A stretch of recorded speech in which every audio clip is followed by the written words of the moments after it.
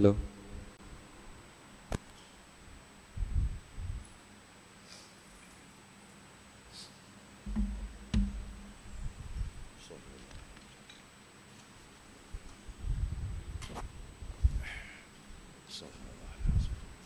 La ilaha illallah.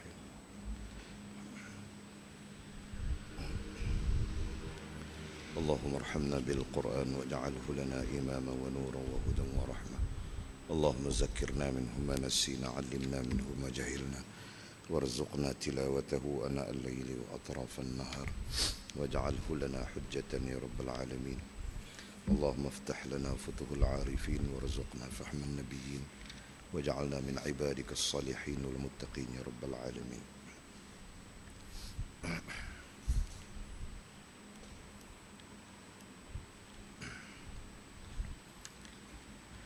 Bismillahirrahmanirrahim. Assalamualaikum warahmatullahi wabarakatuh.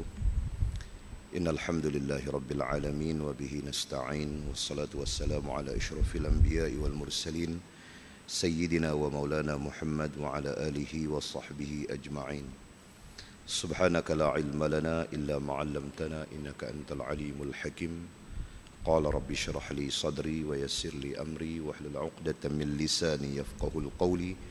La hawla wa la quwwata illa billahil aliyyil azim. Amma ba'd. Usikum wa nafsi bi taqwallah faqad fazal muttaqun. Qala Allah subhanahu wa ta'ala a'udzu billahi minasy syaithanir rajim wa tazawwadu fa inna khairaz zadit taqwa wattaqullaha la'allakum tuflihun. Thumma qala an-nabiy sallallahu alaihi wasallam man yuridillahu bihi khaira yufaqihuhu fid din, atau kama qala. Alhamdulillah, tuan-tuan muslimin muslimat yang dirahmati Allah, sekali lagi dengan limpah rahmat Allah kita bertemu berhimpun pada malam yang berbahagia ini bagi meneruskan majlis ilmu dan muzakarah kita seperti mana yang terjadual dan merujuk kepada kitab kita malam ni Al-Qawaidul Aqaid oleh Imam Ghazali rahimahullah ta'ala. Kita harapkan mudah-mudahan perhimpunan kita mendapat rahmat Allah dan dengan penuh rendah diri kita panjatkan doa, panjatkan harapan pada sisi Allah Subhanahu wa taala, kiranya Allah Subhanahu wa taala melimpahkan kepada kita ilmu sekaligus menggolongkan kita dalam golongan orang-orang yang disebut oleh Nabi sallallahu alaihi wasallam pada hadis yang kita bacakan, iaitu golongan orang-orang yang mendapat kebaikan di dunia dan mendapat kebaikan di akhirat, mudah-mudahan. Dan kesempatan yang dilimpahkan Allah, mari kita manfaatkan dengan merujuk kepada rujukan kita pada muka surat 24, tarikh akhir kita ialah 1 hari bulan 4. Okey. Muka surat 24, tarikh akhir 1 bulan 4. Muka surat 24.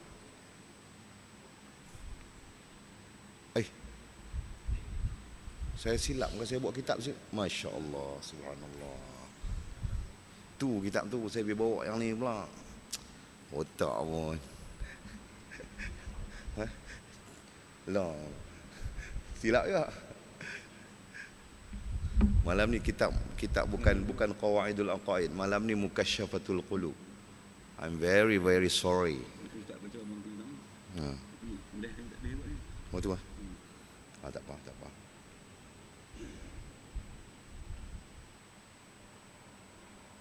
Malam ni kitab Mukasyafatul Qulub, tuan-tuan. Apa saya fikir saya pun tak ingat. Bila dia macam-macam fikir, dia jadi gutur rupanya.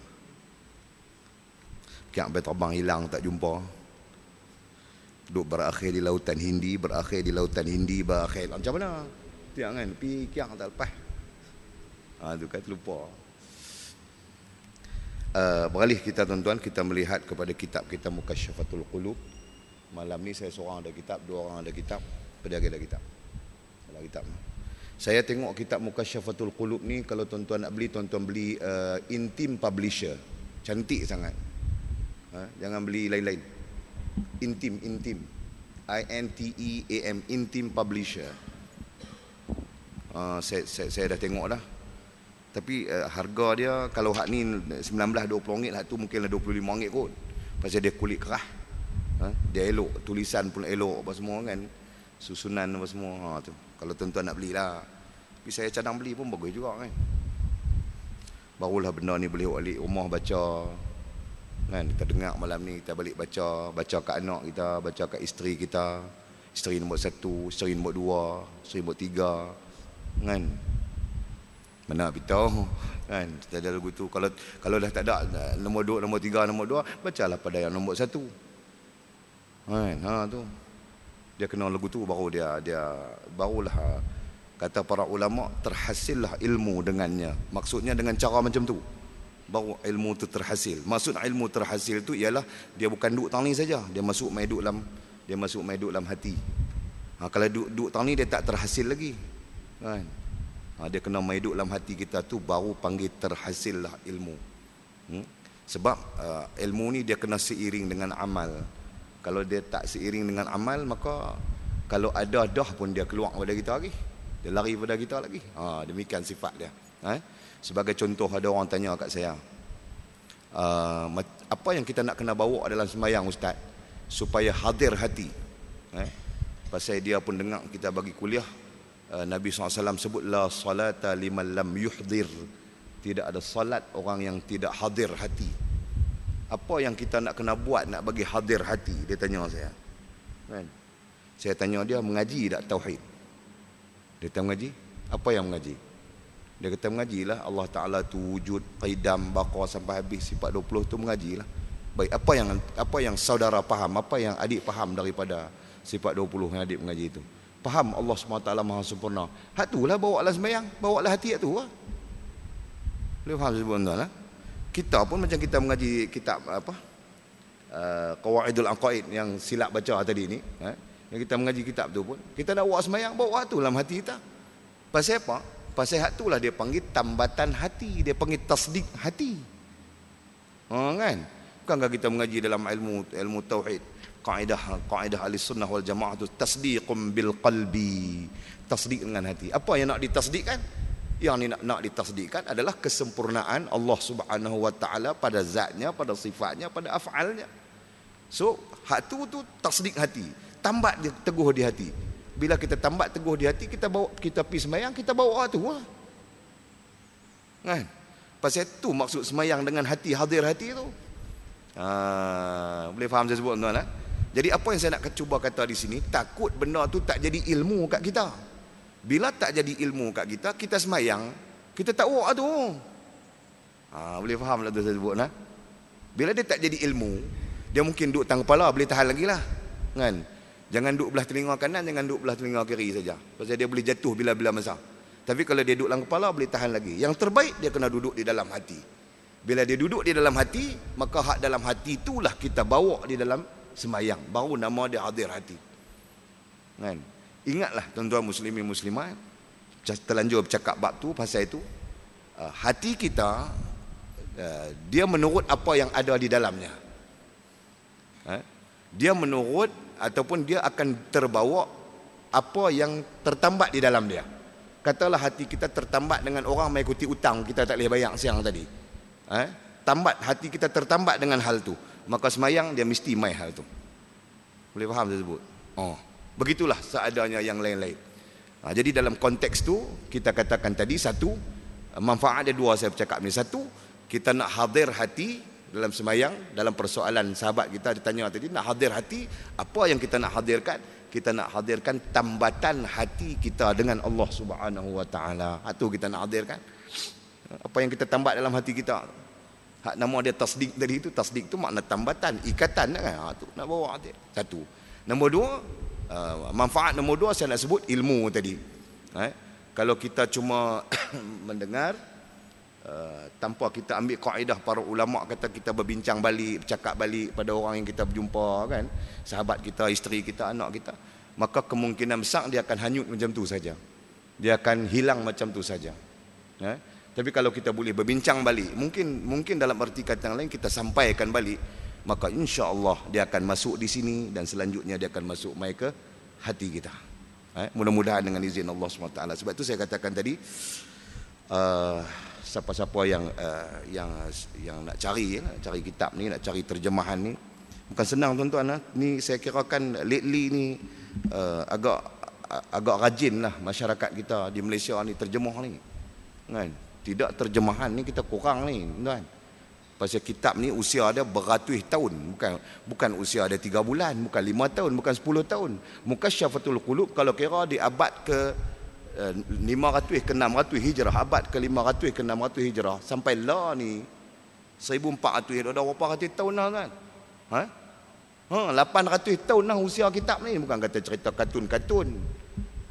Kalau tak ada keberkatan dia, kalau tak ada himmah, kan? Himmah dia tak boleh main sampai ni, banyak dah orang duk tulis kitab 2 tahun 3 tahun bungkus lah, kan raib habis, tak ada tapi Mukasyafatul Qulub ni antara kitab-kitab yang berapa ratus abang kata tadi, 800 tahun lebih. Demikianlah keberkatan ulama'nya, keberkatan pengarang kitabnya Imam Ghazali rahimahullah ta'ala, kemudian keberkatan ilmunya, kan? Diguna pakai seluruh dunia pula tu, kan takat kita, seluruh dunia umat Islam, dunia Islam mengguna pakai. Jadi tuan-tuan, mari kita cuba sama-sama raih berkat. Kadang-kadang berkat ni pun satu hal juga. Hidup kalau berkat insya-Allah tak ada masalah apa. Masna wa sulasa wa ruba' tak ada masalah apa. Imal wahid ke Arab kita tu, kan? Tapi kalau tak berkat ni tuan, semak. Boleh faham saya cerita? Saya baca Arab tak boleh. Hidup ni kalau berkat tak ada masalah apa. Masna wa sulasa wa ruba'. Boleh faham lah Arab? Mereka ni faham Arab. Kita jangan bagi muslimat faham tu. Kita saja faham, kan? Kalau berkat tak ada masalah apa, kan? Semua, kan? Tapi kalau tak berkat, imma wahid. Loh, kalut lah, ya Allah, kan? Kok tengah lelang tu aku dia jadi bomoh. Bawa kalut dia, mereka cari kita. Bawa kalut dia, mereka cari kita. Itu, kan? Bukanlah keseluruhan. Nak abang kata ada lah, kan? Ini tak berkat ni satu hal. Jadi hal apa pun kalau berkat insya-Allah. Tapi kalau tak berkat, teruklah keadaannya. Baik, kita tengok kitab kita. Bismillahirrahmanirrahim. Ana aqra'u kitab Al-Mukasyafatul Qulub ta'lif Syekhul Fadil Syekh Al-Imam Al-Ghazali rahimahullah ta'ala, nafa'na bi'ulumihi wa bi kitabi amin. Wa ba'du, qala musannifu rahimahullah ta'ala, orang mukmin adalah orang yang takut kepada Allah dan seluruh anggota badannya, sebagaimana Abu Laits telah berkata, tanda-tanda takut kepada Allah itu kelihatan dalam 7 perkara. Pertama, pada lisannya, dia menghindarkan daripada dusta, ghibah, menyebar fitnah, berbual kosong dan banyak bercakap, malah menyibukkan diri dengan zikir, membaca Al-Quran dan muzakarah ilmu. Kedua, pada hatinya, dia membuang rasa permusuhan, kebodohan dan kedengkian terhadap sahabatnya. Lantaran kedengkian dapat menghapuskan kebaikan, sebagaimana Rasulullah SAW telah bersabda, hasad itu dapat memakan kebaikan sebagaimana api membakar kayu. Ketahuilah bahawa hasad itu penyakit hati yang amat berbahaya. Tidak ada ubat untuk penyakit hati selain dari ilmu dan amal. Ketiga, pada pandangannya, maka dia tidak suka memandang pada makanan, minuman, pakaian atau hal-hal lain yang haram. Tidak pula terpikat pada dunia, tetapi dia memandangnya dengan mengambil i'tibar. Rasulullah SAW telah bersabda, barang siapa memenuhi matanya dengan perkara haram, maka Allah akan memenuhinya daripada api pada hari kiamat. Keempat, pada perutnya, maka perutnya tidak diisi barang yang haram. Itu dosa besar, sebagaimana sabda Nabi SAW, manakala sesuap daripada barang haram masuk ke perut seseorang, maka seluruh malaikat di langit dan di bumi melaknatinya selama sesuai atau seteguk barang itu berada di dalam perutnya. Jika dia mati dalam keadaan demikian, maka tempatnya di neraka. Baik tuan-tuan, kita baca sikit malam ni sampai nombor 4 kalau dan. Berkenaan dengan apa? Berkenaan dengan tajuk pada kitab kita Mukasyafatul Qulub, iaitu takut kepada Allah Subhanahu wa taala. Kita telah pun berbincang sikit sebanyak pada kuliah yang lepas, pesanan ataupun nasihat ataupun ilmu secara tidak langsung disebutkan oleh Imam Ghazali rahimahullah taala berkenaan dengan seluruh makhluk Allah Subhanahu wa taala yang ada di atas muka bumi, ini, yang telah kita berdepan maupun kita tak berdepan lagi, akan menjadi saksi ke atas kita di hari akhirat di depan Allah Subhanahu wa taala. Peringatan yang diberikan oleh Imam Ghazali rahimahullah taala kepada kita sebenarnya nak habang apa? Sebenarnya nak bagi tahu kepada kita jaga-jaga. Nak bagi tahu kepada kita hampa ingat. Nak bagi tahu kepada kita hampa jangan doeng sangat. Nak bagi tahu kepada kita hampa jangan duk ranggi sangat. Nak bagi tahu kepada kita jangan duk sombong sangat wahai manusia. Termasuklah aku. Pasal apa? Pasal bangkit depan Allah Subhanahu wa taala esok, bangkit di depan Allah Subhanahu wa taala pada hari kiamat, yang menjadi saksi semua makhluk Allah Subhanahu wa taala semua, termasuk bumi, langit, matahari, bulan, udara, oksigen, whatever yang kita namakan, yang tidak lain mereka itu semua makhluk Allah Subhanahu wa taala belaka akan jadi saksi bagi pihak Allah. Itu yang kita kuliahkan pada kuliah lepas. Tuan-tuan masih ingat kot no? Pasal saya tengok sepintas lalu dia sebut matahari, bulan semua ni. Allahu Akbar. Sekaligus nak menampakkan kepada kita, kata kita tak ada ruang nak tepih pun. Tak ada ruang nak tepih pun. Jauh sekali nak pemohong. Sebab itulah dalam surah Yasin Allah Ta'ala habaq siap dah. Al-yawma nakhtimu ala afwahihim wa tukallimuna aydihim wa tashhadu arjuluhum bima kanu yaksibun. Hari di mana dikunci mulut-mulut mereka. Saya dah bagi translation, saya dah bagi huraian menurut kaedah tafsir.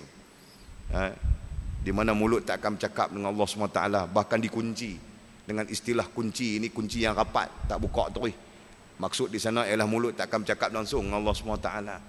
Tapi Allah Ta'ala bercakap dengan apa? Allah Ta'ala bercakap dengan tangan. Satu, ayat ni mengandungi tazkirah, mengandungi peringatan. Lanjutannya, ayat ini mengandungi tauhid. Nak habaq kata Allah boleh bercakap dengan apa saja.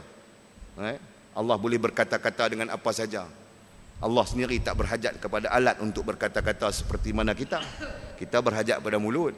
Allah Ta'ala tak berhajat kepada mulut. Allah Ta'ala boleh berkata dengan apa saja dan dia berbahasa dengan apa saja. Demikianlah tuntutan dalam konteks tauhidnya. Tapi dalam konteks tazkirahnya, itulah dia. Ingatlah, Allah akan bercakap dengan tangan kita. Wa tashhadu arjuluhum, kaki kita pula jadi saksi. Kaki jadi saksi.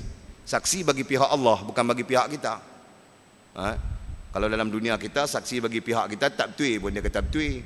Curi lembu tang-tang malam dia kata dok saya tak nampak pun, saksi bagi pihak kita. Saksi bagi pihak polis, cara saksi bagi pihak polis, lagu itulah keadaannya. Tapi di depan Allah Subhanahu wa taala, kaki yang duduk di kita akan jadi saksi bagi pihak Allah. Tu tak kira makhluk lain lagi. Tak kira langit hak kita junjung, bumi hak kita pijak, udara yang kita sedut bernafas dengannya, makanan yang kita telan dia hari-hari, nama dia roti canai, nama dia pasmur, nama dia mi goreng, nama dia laksa, nama dia nasi kandang, nama dia nasi tanggung. Apalagi Allahu Akbar. Semua tu jadi saksi bagi pihak Allah Subhanahu wa taala. Pejam mata saat tuan-tuan, apa kita nak persembahkan, apa kita nak present, apa kita nak kata, apa kita nak cerita, apa kita nak nafi. No way. Sebab itu Allah Ta'ala kata wa tukallimuna aydihim wa tashhadu arjuluhum bima kanu yaksibun. Kasabar ni makna dia lebih kurang dengan pemohong lah kalau terjemah bahasa lurat ni kan. Kasabar, yaksibu, yaksibun kan. Maknanya, makna mudah fahamnya, saya bukan ikut lafzi, saya ikut maudhu'. Makna mudah fahamnya adalah hang nak mohong apa? Hang nak mohong apa wahai manusia? Allah Ta'ala tanya kita lagu tu lah kan. Bahasa lain sikit, anak goreng apa, anak kencin apa, anak kelentong apa. Lebih kurang lagu tu lah. Allah tanya kita, maka kita jawablah dengan iman kita, jawablah dengan perasaan kita. Sesungguhnya Allah Maha mengetahui lagi Maha bijaksana. Baik tuan-tuan, mudah-mudahan apa yang disebut oleh Imam Ghazali bertepatan dengan tajuk takut kepada Allah. Mai kita bina rasa takut kepada Allah SWT. Imam Ghazali bukan sebut nak abang, tapi sekaligus nak mengajak kita supaya bina rasa takut kepada Allah Subhanahu Wa Taala. Hal ni kata budak-budak kita pun kena bina, kan? Anak-anak kita pun kita kena bina, isteri kita pun kita kena bina, suami kita pun kita kena bina, kan? Jangan kita takut suami tak takut, tak boleh juga, kan? Saat ni Allah Ta'ala dakwa kita apa tu lah. Lah ni kita kena ajak, kita kena bina, every of us, semua kita, tak kira anak, isteri ke, suami ke, siapa ke, kita bina rasa takut pada Allah SWT. Maka Imam Ghazali guna kaedah tu, guna pendekatan itu, supaya kita reti, kita faham, kita sampai kepada rasa takut pada Allah Subhanahu Wa Taala. Tak takut lagi kah kalau semua makhluk ni jadi saksi? Allah nak cakap dengan tangan nak habaq kat dia, kaki pula nak jadi saksi. Tak takut lagi kah misalnya? Kalau tak takut memang keras semualah hati kita. Kena berubat bagi lembut pula. Begitulah seadanya. Baik. Malam ni kita lanjutkan kata musannif. Orang mukmin adalah orang yang takut kepada Allah dan seluruh anggota badannya. Orang mukmin orang yang beriman. Kita tak perlu hurai dah, kerana konsep beriman kita kutip di dalam kitab Qawaidul Aqaid, ataupun mungkin tuan-tuan muslimin muslimat sekalian boleh kutip daripada kuliah-kuliah yang lain. Kita bercakap dalam konteks isim maf'ul. Kita tak mau cakap dalam konteks fi'il dan fa'il, tak mau. Kita bercakap dalam konteks isim maf'ul. Kita adalah orang yang beriman. Justru kalau orang yang beriman, apa sikap dia? Apa sikap orang yang beriman? Katanya adalah orang yang takut kepada Allah. Sikap orang yang beriman tidak lain melainkan takut kepada Allah Subhanahu Wa Taala. Bahkan dalam huraian yang lain mengatakan takut kepada Allah Subhanahu Wa Taala itu melebihi seluruh takut yang ada. Sikap orang yang beriman dalam hal takut kepada Allah Subhanahu Wa Taala melebihi seluruh takut yang ada. Maksudnya apa jenis takut yang ada atas muka bumi ni? Takut hantu, takut Allah Ta'ala lebih daripada hantu. Takut mati, takut Allah Ta'ala lebih daripada mati. Takut mampuih, takut Allah Ta'ala lebih daripada mampuih. Apa takut lagi yang ada atas muka bumi ni? Kan? Takut apa? Nak abang tak tahu dah kita ni pun. Pasal abang tu maksimum lah tu. Tak kira lah apa jenis takut lah. Takut pacat, orang perempuan. Takut Allah Ta'ala kena lebih daripada takut pada pacat. Contoh saya katakan begitu. Dan apa saja jenis takut yang ada di atas muka bumi, kata para ulama, imma fil kharij wa imma fil zihn.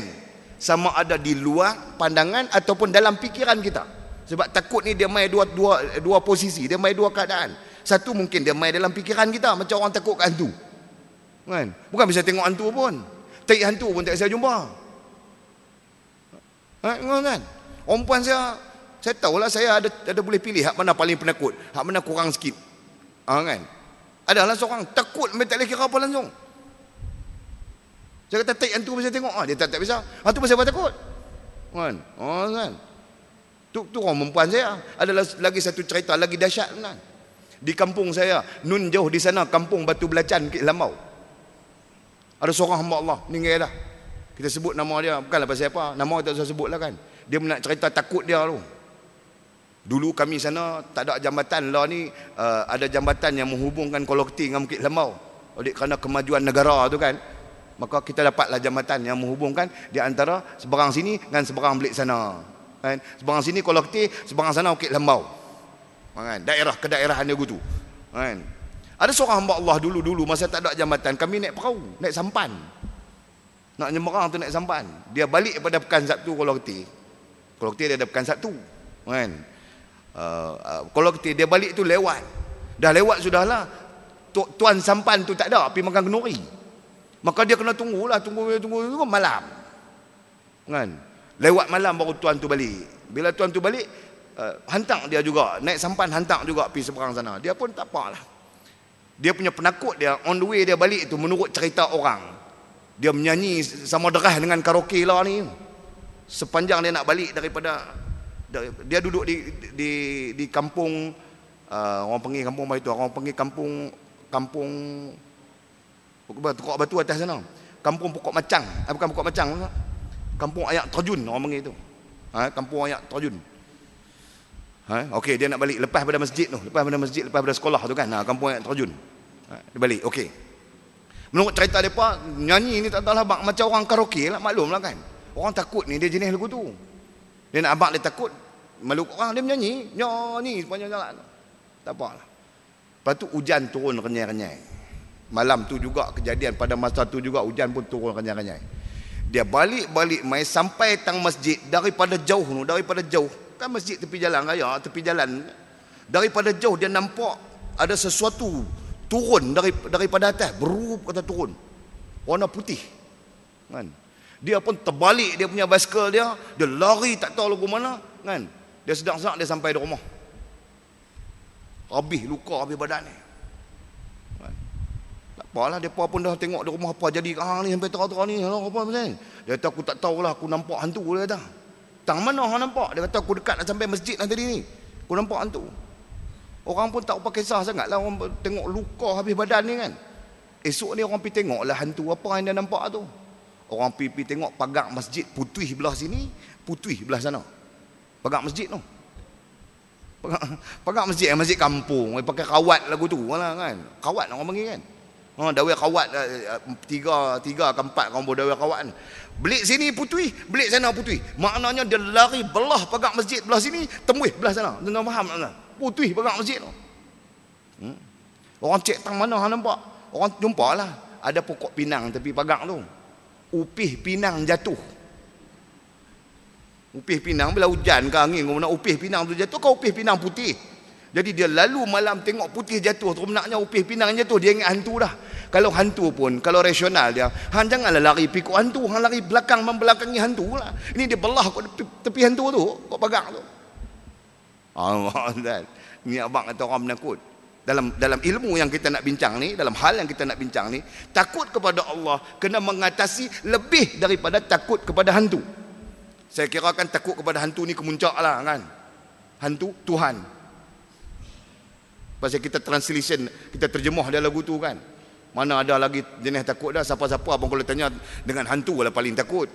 Mana ada lagi kan. Tak tahulah, saya hantu saya tak takut. Ngon kan. Bukanlah kata saya mamsak, saya bodoh saya mamsak lah. Kan? Tapi pernah saya panggil, apa kata tang ni berhantu, saya kata hantu tunjuklah muka mai aku nak tengok aku mana. Sampai depa tak mau kawan dengan saya apa dak. Okey saya mamsak apa kata kan. Saya pergi Pulau Songsong saya mamsak aku tu lah. Dia kata jangan saya mam pelik-pelik ingat tang ni berhantu. Saya kata oi mana hantu tunjuk mai aku muka. Tak ada pun. Kan? Bukan lagu mana orang kata teringin nak tengok sekali. Kan? Supaya aku tahu oh ni hantu, supaya aku tak takut ke hantu ni lebih pada aku takut pada Allah SWT. Contohnya lagu tu lah kita katakan. Baik, tak apa nak explain benda ni, nak terjemah mudah benda ni payah. Tapi tuan-tuan ambil faham bahawa takut kepada Allah mesti mengatasi seluruh takut yang ada di atas muka bumi ni. Sebab itu Allah Ta'ala dalam ayat-ayat yang lain Allah Ta'ala kata fala takhshawhum wakhshawni, jangan kamu takut kepada mereka. Mereka merujuk kepada apa sahaja yang nama dia makhluk. Wakhshawni, takutlah kepadaku, kata Allah Subhanahu wa taala. Jadi nak beri gambaran, dan itulah yang merupakan sifat bagi orang mukmin, sifat orang yang beriman. Jadi kita nak cari hak ni lah tuan-tuan. Kita nak bagi capai hak ni lah. Memanglah orang kata benda ni sebut mudah, tapi nak capai dia tu susah. Pun begitu para ulama mengajak kita bukan antara mana pun. Mujahadah, musyahadah, musyahadah, muraqabah. Ulama ajak kita 3 step, 4 step begitu saja. Nombor 1 mujahadah. Di antara sifat mujahadah ialah cari ilmu, bagi faham ilmu. Di antara sifat musyahadahnya pandang, memandang dengan mata hati. Jangan pandang dengan akal kita saja. Bila pandang dengan akal kita saja, itu di antara sebab kenapa kita takut hantu lebih pada Allah Subhanahu wa taala. Kan? Sebut kata ada kubur tepi tu pun tak mau lalu dah. Padahal dia nak masuk kubur sebab tu juga. Contohnya begitu kita katakan. Sebab apa? Sebab hantu menguasai akal kita. Allah Ta'ala tak menguasai akal kita. Selanjutnya, hantu menguasai hati kita. Allah Ta'ala tak menguasai hati kita. Maka kerana itu, ketakutan kepada yang tu lebih dan realistik. Saya kata takut kepada hantu tu lebih dan bersifat realistik. Boleh faham saya sebut begitu? Dan akhirnya Allah Ta'ala tak mengambil tempat di dalam hati. Itu yang tinggal semayang tak heran apa. Kan? Tapi nak lalu kok kubur tak berani. Itu dia. Tinggal puasa tak heran apa. Tinggal ibadah tak heran apa. Buat maksiat tak heran apa. Sebab Allah tak ambil tempat dalam hati. Yang ambil tempat dalam hati ialah makhluk, benda, hantu dan barang sebagainya yang lain. Dan semua itu bukan sifat mukmin. Kita balik kepada asas kita sebut ni, sifat orang mukmin adalah takut kepada Allah. So, mari kita bina. Kena ajak diri kita, kena bina benda ni. Kalau tak bina, tak boleh tuan-tuan. Sampai bila kita nak duduk lagu ni? Kan? Sedangkan rasa takut kepada Allah SWT kalau dilihat kepada Nabi, asar Nabi, asar. Kan? Bukan hadis, asar. Asar ni merujuk kepada tanda-tanda yang ada pada Nabi. Bukan tanda kenabian, tapi tanda dia takut. Tanda Nabi takut kepada Allah SWT adalah antara lain, bila Nabi SAW semayang, satu hari semayang asar, sahabat pernah dengar di belakang Nabi. Ada perawi, ada sahabat yang mendengar bunyi macam ayak mendidih, ayak menggelegak, bluk-bluk-bluk lagu tu lakut, bunyi. Kan? Sebahagian yang lain pula, mereka tak dengar bunyi, tapi mereka bau macam ada sesuatu yang terbakar. Ada sesuatu yang hangui, terbakar. Kan? Ini kita kutip daripada sahabat pula, bahawa sahabat-sahabat ni dia cek siasat apa benda ni sebenarnya yang bunyi lagu ni. Rupanya hak dengar bunyi mendidih tu kata bunyi daripada dada Nabi, bunyi daripada hati Nabi SAW ketika menghadap Allah SWT dalam semayang. Sebagian yang lain pula yang bau hangui itu pula mereka tercari-cari, mereka pun tahu rupanya hak tu bunyi seolah-olah macam terbakar di dalam hati Nabi SAW ketika semayang kerana takut pada Allah SWT. No, tuan. Betul sekali ke? Iyalah. Dia Nabi, kita siapa? Jangan buat perangai orang Kek Lambau nah. Orang Kek Lambau selalu cakap begitu. Dia Nabi, kita siapa? Tiga suku ada cakap begitu. Dah kata kat aku tiga suku. Kita duk cerita elok-elok kat depa kan. Mai kita contohi Nabi ni kan. Nak abang hak tu lah dia punya ni dia. Mailah kita contohi Nabi. Tengok Nabi punya takwa macam mana. Lagu tu lah kurang lebih. Dia kata, hang Nabi, dia Nabi, kita siapa? Hang pun tiga suku kat orang mai cerita ni. Dia kata kita tiga suku. Saya bercakap sikit punya elok ada tiga suku. Itulah tuan. Sebab tu saya abang tuan siap jangan jadi orang Kek Lambau. Bukan semuanya. Adalah sekok dua ekor. Sekerat dua kerat yang passion tu. Kan? Pun begitu saya kata tak boleh lagu tu. Nabi is role model. Kita nak ambil contoh teladan pada dia. Dialah yang paling betul, dialah yang paling jelas, dialah yang paling faham. Kalau dalam konteks kita bercakap ni takwa, Nabi lah paling faham takwanya lagu mana pada Allah Subhanahu Wa Taala. Macam mana kata takwa itu? Maka kita kena kutip daripada Nabi. Antara yang kita perlu kutip itulah dia. Kan? Sekurang-kurangnya kalau kita tak sampai perasaan tu pun kita reti. Oh lagu tu takwa Nabi dan kita boleh ikut. Kita boleh follow. Ini dak Nabi, hang dia Nabi, kita siapa? Kalau faham lagu tu tuan-tuan hanyut. Maka tengoklah Firaun, ikutlah Firaun. Kan? Ikutlah setan. Kan? Dan Nabi tak mau ikut, ikut pada hari. Ikut setan. Tu yang orang bulan puasa pakat bidak buih Maggi lambutan kelapa sawit. Jenis-jenis lagu ni. Kan? Pasal tak mau ikut Nabi, nak ikut setan. Tu dah. Baik, boleh faham dah? Boleh kutip tuan-tuan dah? Baik. Dan seluruh anggota badannya, tu selanjutnya takut pada Allah Subhanahu Wa Taala itu, satu, dia duduk di mana sebagai sifat orang mukmin, dia duduk di mana. Kalau ikut kaedah Imam Ghazali ni, dia sebut dua ni. Orang mukmin adalah orang yang takut kepada Allah, satu, merujuk kepada makna saya kata sifat tadi. Duduk di mana sifat itu? Dia duduk di dalam akal dan dia duduk di dalam hati. Akal dengan hati adalah elemen kerohanian. Hak ni saya bercakaplah dalam usul-usul kita mengaji awal hari tu ni, duk bincang awal dalam usul tasawuf. Dia ada 4 elemen kerohanian. Nombor 1 roh, nombor 2 akal, nombor 3 hati, nombor 4 sir. Semua tu saya dah bincanglah dengan tuan-tuan. Kecuali sahabat-sahabat kita yang tak dengar lagi, sila rujuk kepada mereka-mereka yang telah mengikut kuliah kita daripada awal. Saya tak mau nak panjang lebar duk cerita hal tu, ya kan. Baik, 2 perkara kita kena skip. Daripada 4 unsur tu, 2 perkara kita kena skip. 1 ruh dan nombor 2 sir. Maksud skip di sini adalah kita tak perlu bincang. Duk sengap-sengap sudah. Ambil bincang sekadar pengetahuan kita. Lebih-lebih tak boleh. Ruh kita tak boleh bincang. Lebih-lebih. Skip. Kan? Sir pun kita tak usah duk bincang lebih-lebih. Skip. Tapi 2 perkara wajib kita kena bincang, kata para ulama. Wajib kena pelajari. Wajib kena kenali. Wajib kena fahami. Iaitu akal dengan hati. Akal dengan hati. Akal is a processor. Kita guna IT punya bahasa. Sekarang ni dunia IT. Dunia cyber. Dunia canggih. Dunia tanpa sempadan. Dunia di hujung jari. Itu istilah-istilah yang digunakan. Dunia di hujung jari. Kan? Jadi keseluruhan tu dia panggil IT, Information Technology. Kan? Jadi dalam dunia IT tu, dunia IT ni kita nak pinjam sikit bahasa, kan, supaya kita boleh mudah menterjemahkan apa yang kita nak kata. Baik, akal adalah processor.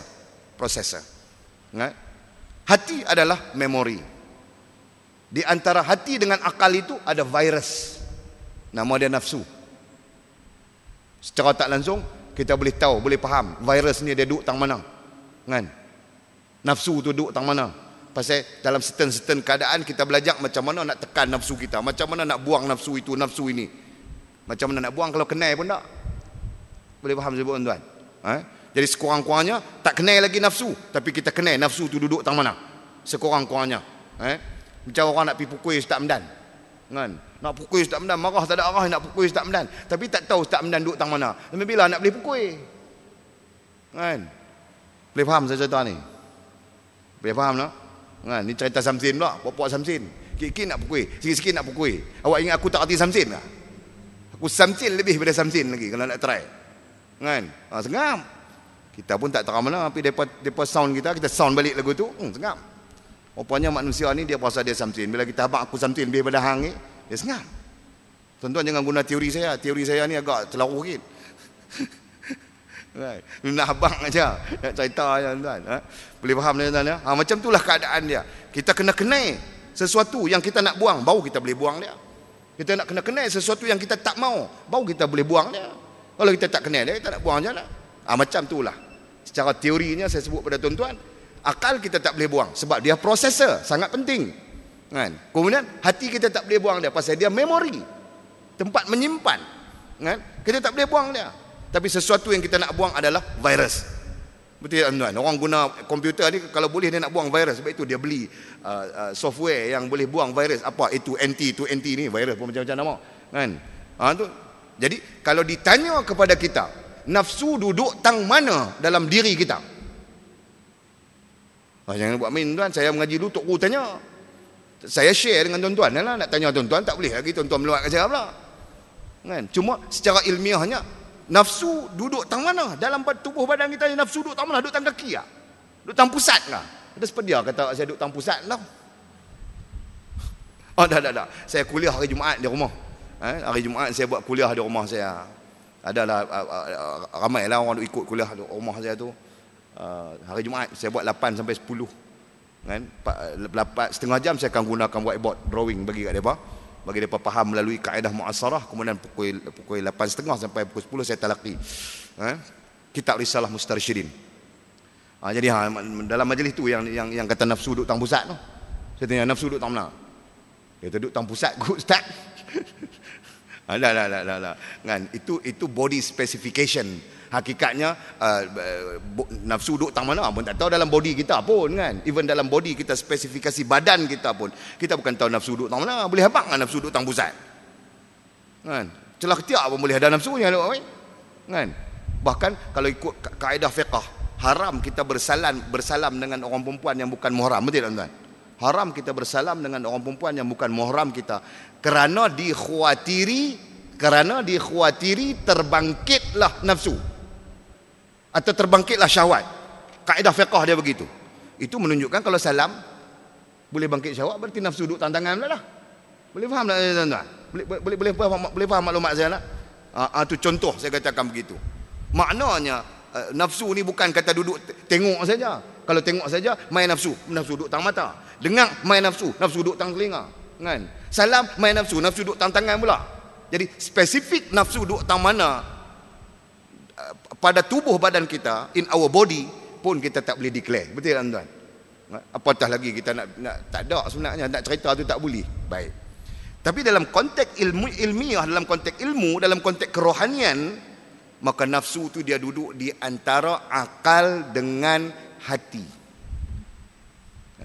Dalam bahasa IT tadi, kita maknakan dia, kita namakan dia sebagai virus. Akal proses cantik dah. Nak pi Masjid Matang Gedung malam ni kuliah. Akal proses cantik dah. Aku kok mana pun nak pi kuliah dulu. Akal proses. Kan? Tengah-tengah nak pi tu, tiba-tiba orang rumah kata, abang semalam janji nak pi Tesco. Boleh faham tak? Akal proses siap dah. Bahkan akal dah mula menghantar maklumat pergi ke hati. Dalam arti kata yang lain, hati dengan penuh rasa seronok nak mai kuliah di Masjid Matang Gedung tonight, pada malam ni atau pada malam-malam yang lain. Tiba-tiba orang rumah abang kata, abang semalam janji kita nak pergi Tesco. Dia stuck tu. Maklumat yang dihantar oleh akal mai ke hati tu dia stuck. Kan? Diperkuatkan dengan anak pula. Abah tu selalu janji, selalu kencin. Munafik tahu tak abah? Anak tu dia mai kan. Dia kata abah selalu berjanji. Dia menyokong mak dia tadi. Abah selalu berjanji. Dah berjanji selalu kencin. Kan? Tak abah tahu tak munafik dia kata. Kan? Anak tu hujah. Abah tahu tak cakap muhung kencin ni munafik, misalnya dia kata kan. Jadi dengan sendirinya kita hak dapat hak nak mai kuliah tadi mula proses maklumat lain. Kan? Tak sampai ke hati lagi maklumat hak nak mai ke masjid malam ni, tak sampai lagi. Dia dalam proses, cuma on the way. On the way sampai tang nafsu. Nafsu mula kacau. Virus mula kacau. Virus kacau, dia bawa masuk satu maklumat baru. Anak kata kencin. Nombor dua, anak kata orang kencin, muhung ni munafik. Dia proses satu pula akal. Tengok no. Aku ni duk muhung anak aku ni. Duk kata nak pergi Tesco tak pergi, ni munafik apa aku. Akal dia mula proses begitu. Akhirnya menang akal atau menang nafsu.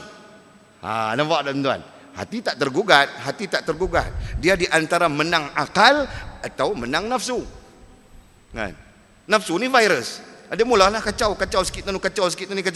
Akhirnya kerana anak, bukan biasa bini lah. Bini aku tak heran, tapi anak punya mau terpaksa juga pergi Tesco, nganga di Tesco. Boleh faham tak sebut contoh tuan? Ni contoh. Sekali tuan-tuan balik duk buat gitu pula kan. Dah berjanji nak buat guna api lah. Tak ada siapa kata apa contoh saya kata. Boleh faham tak? Tu bentuk-bentuk yang akan berlaku. Mailah mengaji dulu Ustaz. Sekali pergi lah Tesco, apa masalah dia? Kan? Pergi Tesco tu macam-macam lah benda lain akan berlaku kan?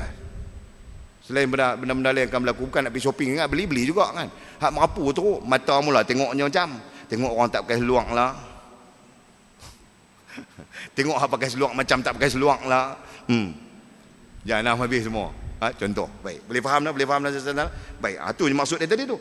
Orang mukmin adalah orang yang takut kepada Allah. Tempat rasa takut itu pertama di akal dan yang kedua di hati. Tempat rasa takut mula-mula di akal, proses. Sebab biasalah tabiat manusia, macam kita naik motor atas jalan, road tax tak ada, apa pun tak ada, piang lah orang panggil kan. Road tax tak ada, apa pun tak ada, ni piang lah orang panggil. Lesen pun tak ada, piang kan. Kita lalu kot jalan, tiba-tiba kita dengar satu orang kata kita ada roadblock misalnya kan, ada roadblock, kita apa pun tak ada, tapi kita nak pergi.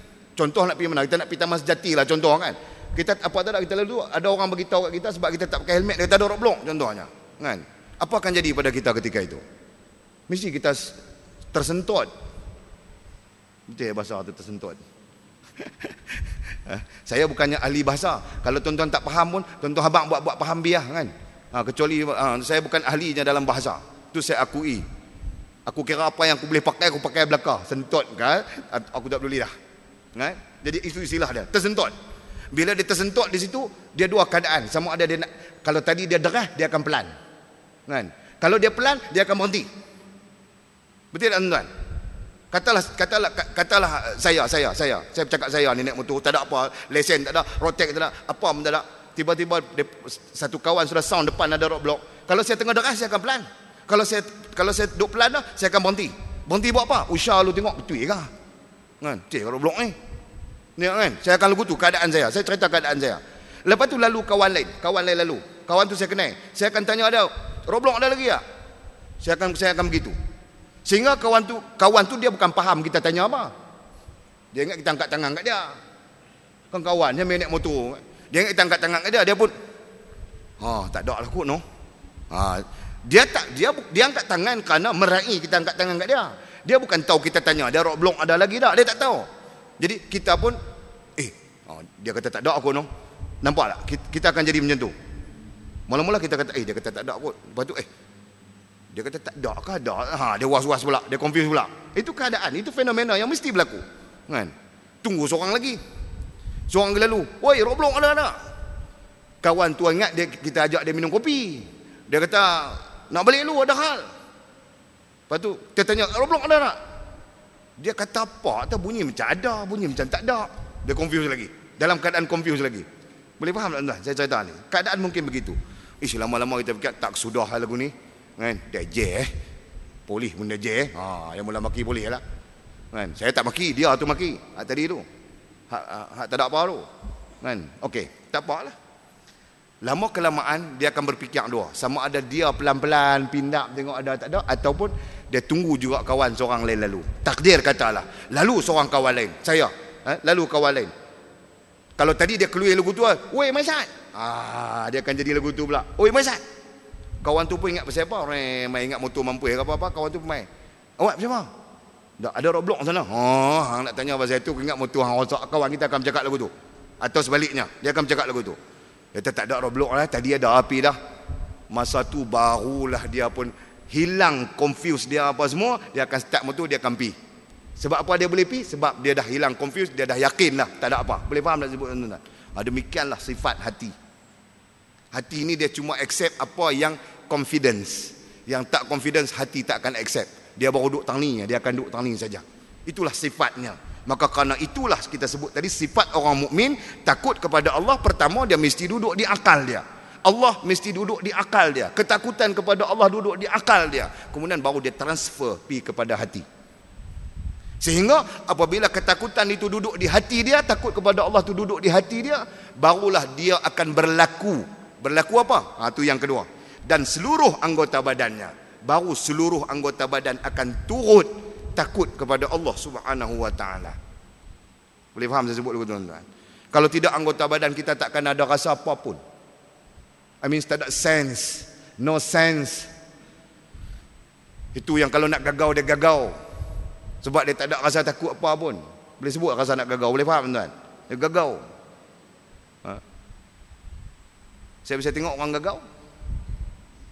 Nak cerita betul pun tuan. Tua pun gagau sana, gagau sini lagi, tak malu betul. Kan?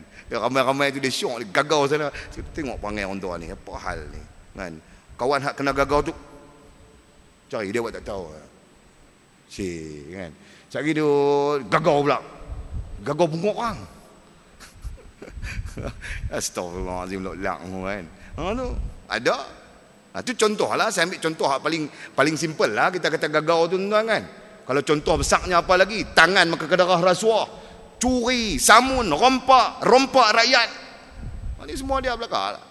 Aku sebut lah sikit rakyat tu, jangan marah. Bukan sebut banyak pun, sikit lah. Kan? Itu contoh lah. Kenapa ni? Sebab tangan dia tidak ada taqwa. Kenapa tangan tidak ada taqwa? Karena hatinya tidak ada taqwa pada Allah Subhanahu wa taala. Begitulah selanjutnya. Kiaskanlah kepada yang lain. Mata tidak ada taqwa. Kenapa? Karena dalam hati tidak ada taqwa. Telinga tidak ada taqwa. Kenapa? Karena dalam hati tidak ada taqwa. Kaki tidak ada taqwa. Kenapa? Karena dalam hati tidak ada taqwa. Sebab tu Nabi kata hati itu raja. Hati itu raja. Kalau bersih dia, bersihlah seluruh anggotamu. Tapi kalau kotor dia, halingkuplah seluruh anggotamu. Itulah maksudnya. Boleh faham tak? Saya nak fahamkan apa? Saya nak fahamkan tempat untuk diletak takwa. Dengan sendirinya kita boleh nilai tara mana kita. Kan? Kita punya takwa tara mana? Takwa kah? Taqwa kah? Tokong kah? Takwa kah? It's up to you all. Untuk kita semua, kita punya hal lah, tuan. Allah yang tahu, kita yang tahu. Baik. Sebagaimana Abu Laits telah berkata, hal ni Imam Ghazali rahimahullah ta'ala merujuk kepada Abu Laits. Abu Laits rahimahullah ta'ala, Abu Laits As-Samarqandi rahimahullah ta'ala, seorang ulama daripada Samarkand yang datang dia lebih dulu daripada Imam Ghazali rahimahullah ta'ala. Abu Laits pada tahun 400 Hijrah, pada abad ke-400 Hijrah, sedangkan Imam Ghazali pada abad ke-500 Hijrah. Abu Laits datang dulu, dan Abu Laits adalah seorang muhaddisin, seorang ahli hadis, seorang ulama hadis yang sangat masyhur pada zamannya, muhaddisin, sehingga tertulislah satu kitab nama dia Tanbihul Ghafilin, Abu Laits Samarqandi rahimahullahu taala. Dan Abu Laits dalam kitab Tanbihul Ghafilin ini, walaupun sifat dia sifat tazkirah, berkenaan dengan mati, berkenaan dengan itu, berkenaan dengan apa kan, sifat dia begitu, tetapi Abu Laits mendatangkan hadis-hadis Nabi SAW daripada jalur periwayatan dia sendiri. Tuan-tuan, biasa tengok Tanbihul Ghafilin, saya gunakan Tanbihul Ghafilin ini sebagai ta'lim di rumah. Tiap-tiap rumah saya, bila sebut tiap-tiap tu berarti banyak rumah kan. Bila banyak rumah tu, tiap-tiap satu rumah tu mesti menghidupkan ta'lim selepas semayang, kena baca kitab Tanbihul Ghafilin. Kalau tak ada, saya tak ada, isteri akan baca, atau kakak akan baca, atau abang akan baca tiap-tiap lepas semayang. Sebab tu saya dalam konteks ni saya pun suka cadang pada tuan-tuan. Mudah-mudahan saya kira dapat bajikan sikit pun tak apalah kan, di sisi Allah SWT. Bagi ada sesuatu kitab yang sifat dia tazkirah, yang boleh dibaca selepas semayang kan. Mak boleh baca kat anak-anak supaya ada keterkaitan guru dengan murid kan. Suami boleh baca kat isteri supaya ada keterkaitan guru kepada isteri itu tadi. Boleh faham saya sebut lagu tu kan? Biar macam tu, ada majlis dalam rumah kita sekurang-kurangnya. Selain daripada sifat kitab itu adalah tazkirah, dia mampu menghidupkan hati, mudah-mudahan dengan izin Allah Subhanahu wa taala. Baik. Abu Laits, sebagaimana Abu Laits telah berkata, apa kata Abu Laits Samarqandi rahimahullah ta'ala, tanda-tanda takut kepada Allah itu kelihatan dalam 7 perkara. Abu Laits kata, tanda-tanda takut kepada Allah, the signs yang menunjukkan kata kita takut kepada Allah Subhanahu wa ta'ala, ataupun lebih konsisten kalau kita katakan tanda-tanda ini menunjukkan kita ni ada takut kepada Allah. Sekiranya tak ada tanda ni, maknanya kita ni bukan orang jenis takut kepada Allah SWT. Atau dalam arti kata lainnya, kadang-kadang kita duk berasa lagu kita ni betul dah takut pada Allah, betul dah takwa, tapi realitinya kita tak betul langsung dengan takwa misalnya. Dan itu yang kita bimbangi. Kita bimbang, kita duk rayan. Orang belah kami kata rayan. Rayan. Orang gunakan, orang Kedah kita gunakan. Kan aku cakap kompor apa kah? Orang kompor tak kata rayan kan? Orang kompor kata khayal. Kita mengkhayalkan kita ni macam orang yang bertakwa kan? Boleh faham tak sebut tuan-tuan? Kalau Imam Ghazali gunakan istilah ghurur. Dalam kitab Ihya Ulumuddin, Imam Ghazali gunakan istilah ghurur. Ghurur ni asal makna dia tertipu. Kita tertipu dengan diri kita sendiri. Tertipu lagu mana? Sebagai contohnya, kita duk berasa macam kita memenuhi dan menepati sifat takwa, memenuhi dan menepati spesifikasi takwa. Kita duk berasa lagu tu, padahal apa pun tak ada kita ni. Boleh faham nak maksudnya tu? Tu ghurur tu. Dalam hal ni saya nak muhasabah diri saya sendiri, saya takut lagu tu. Saya takut aku duk berasa kata aku ni betul dah takwa ni, padahal apa pun tak ada satu. Selanjutnya hati saya selalu berkata, saya tak tahulah tuan-tuan, saya nak ajak tuan-tuan, tapi kalau saya ajak lagi tuan-tuan kata tuan-tuan, saya ajak tuan-tuan jadi incan saya pula kan. Tuan-tuan jadi elok tak apa, saya celaru biar pergi kat saya, biar pergilah haru biru guna pun tak mendan kan. Tapi apa yang saya fikir, satu benda tuan-tuan, satu benda saya fikir, saya nak cerita tuan-tuan malam ni. Tuan-tuan fikirlah, kalau tuan-tuan pun nak fikir semacam dengan saya, carry on lah kan. Saya dah cek lah benda tu tak salah kalau nak fikir lagu tu pun. Apa dia tuan-tuan? Saya selalu fikir, Tuhan terima ke tak aku ni. Saya selalu fikir tu tuan-tuan kan.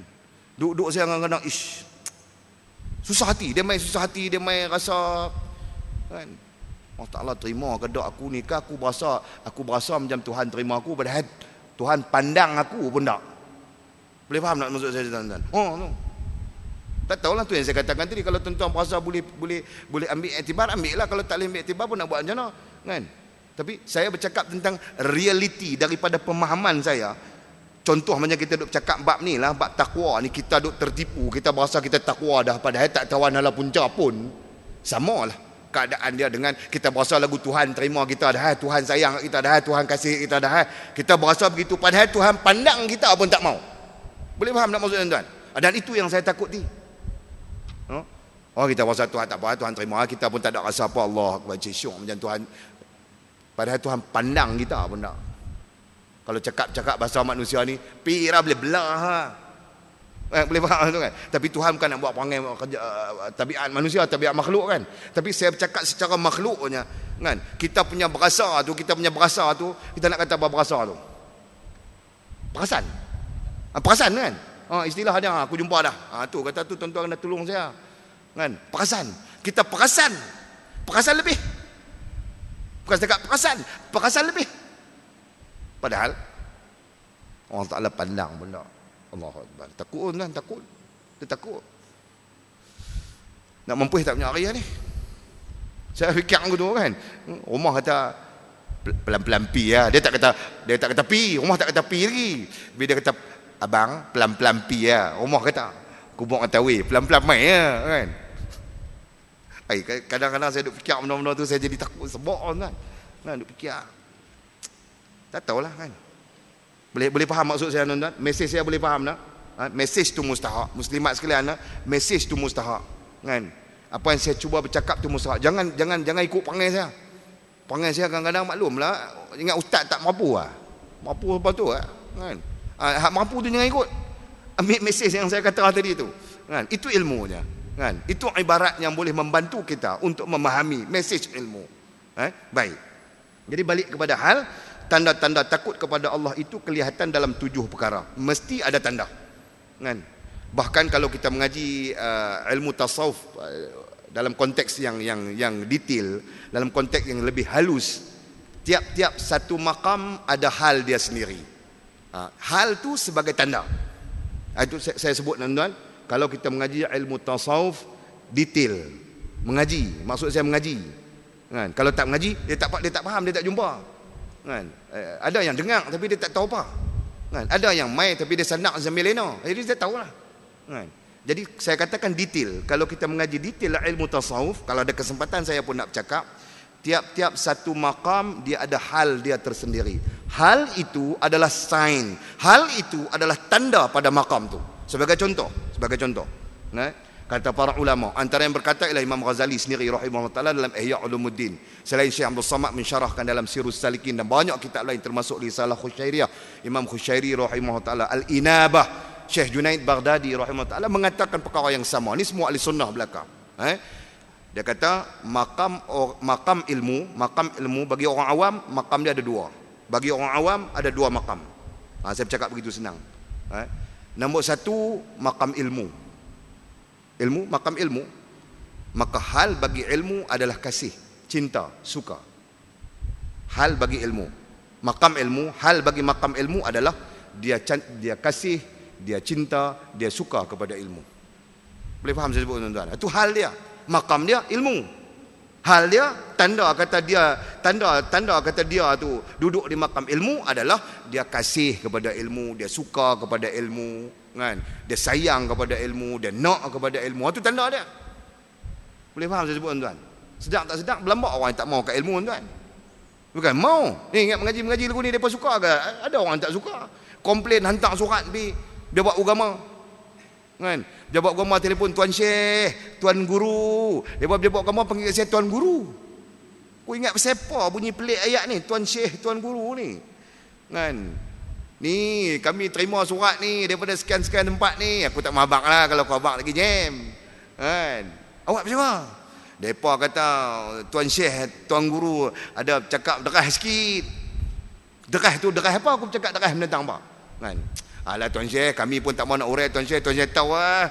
Pandai-pandai Tuan Syekh. Mereka kata lagu tu pula. Kita tanya spesifik, apa dia yang aku derah? Apa benda yang aku derah tu, apa dia? Mereka pun tak boleh abang. Mereka kata pandai-pandai Tuan Syekh. Saja kami nak maklum je. Kan aku duduk derah lagu tu, aku mana tahu. Kan tuan? Kalau hampa tak kenal, hampa abang benda apa yang tak kenal tu. Ini depa pun tak boleh abang pandai-pandai. Kami cuma nak maklum ya. Ni depa kata kami tak beritahu apa pula. Oh, aku bukan pasien tu lah. Aku pasien dan tanpa tak kenal abang. Kalau betul aku, hamba mampu.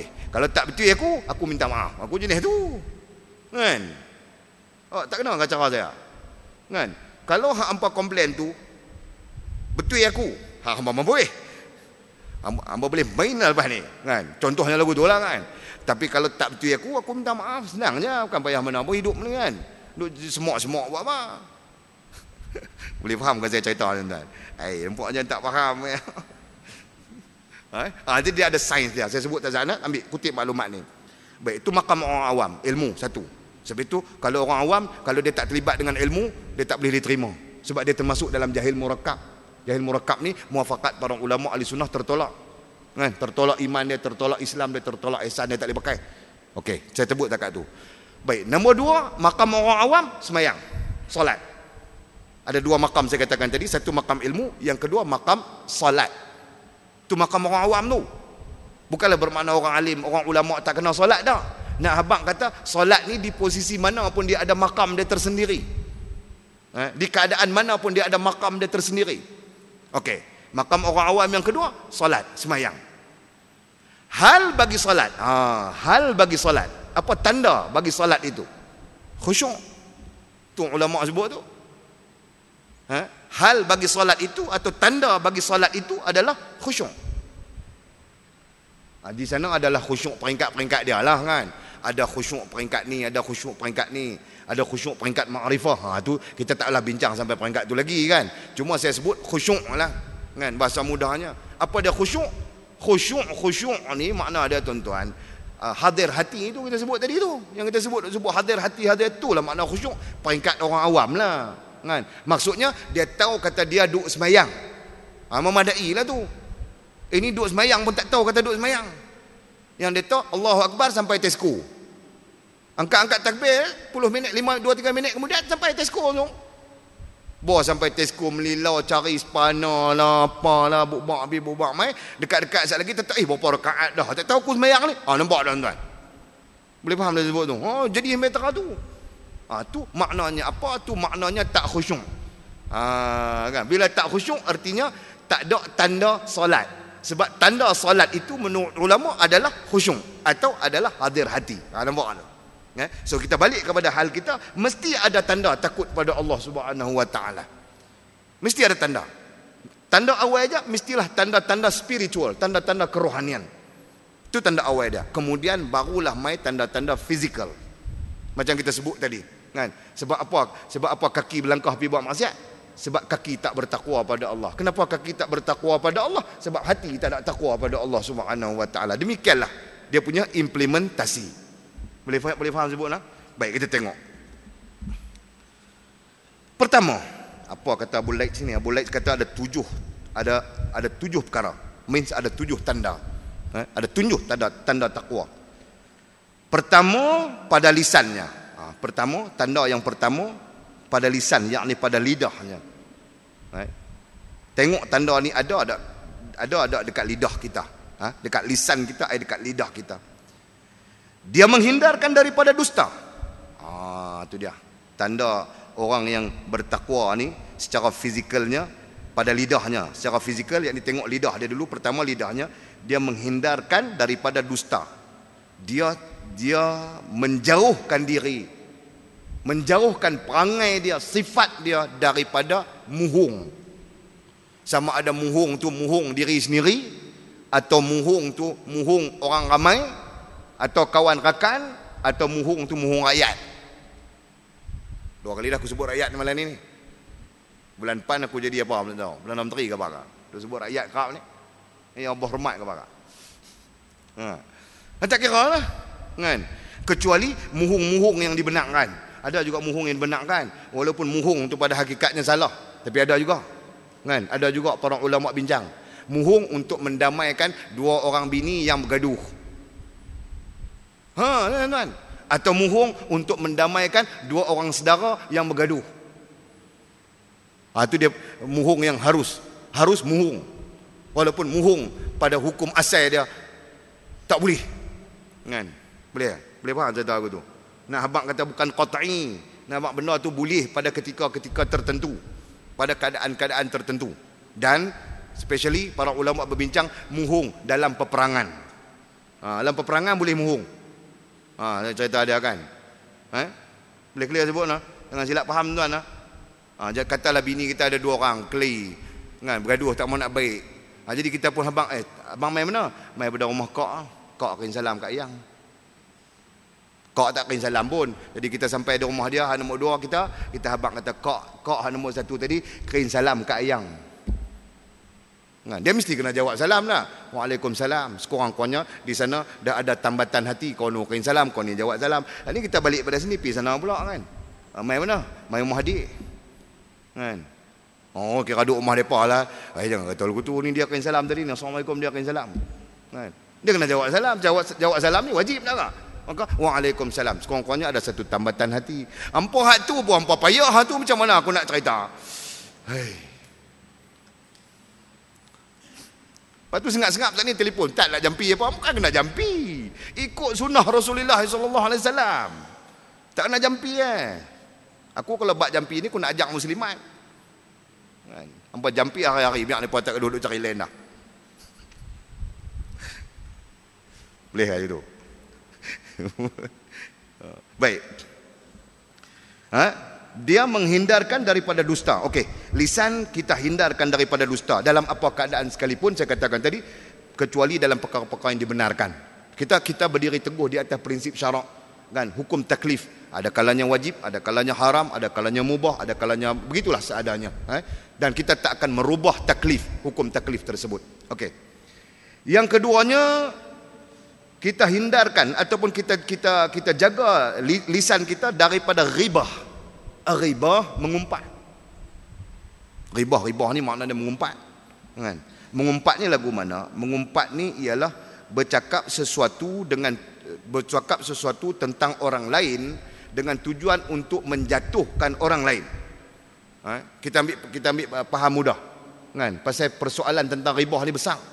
Kalau kita nak bincangkan secara ilmiah tak habis tuan. Takkan tak boleh macam saya ni duk kata orang tu kata orang ni ghibah kan. Misalnya dia akan timbul persoalan-persoalan tu. Jadi kita habaq secara mudah, definisi mudahnya ghibah ni ialah bercakap tentang keburukan orang lain dengan tujuan nak menjatuhkan dia dan nak mengangkat diri kita. Kan? Tu ghibah. Bahasa mudahnya. Saya bercakap tentang abang Sabri kita, tak baik dia, tak elok dia dengan tujuan nak angkat diri saya supaya orang pandang saya kata lebih bagus daripada dia. Tu ghibah namanya. Boleh faham tuan-tuan? Itu nama dia mengumpat. Adapun kalau saya bercakap tentang abang Sabri dengan tujuan nak memperelokkan dia, nak memperbetulkan dia, nak memperbaiki dia, kalau dia ada tak betul, itu bukan namanya ghibah. Dia ada konteks lain. Macam saya duk cakap dalam majlis ni, saya sebutlah apa pun supaya kita ambil iktibar di sana, maka itu tidak dinamakan ghibah. Yang dinamakan ghibah, dia ada give and take.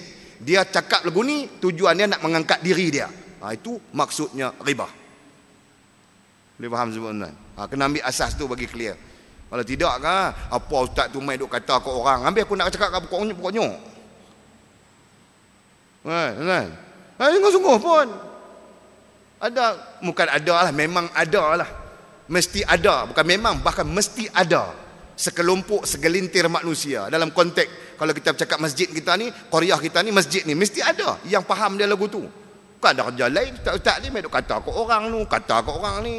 Kan? Kau suka orang lah, orang punya duit, orang nak buat apa pun, kubuk aku.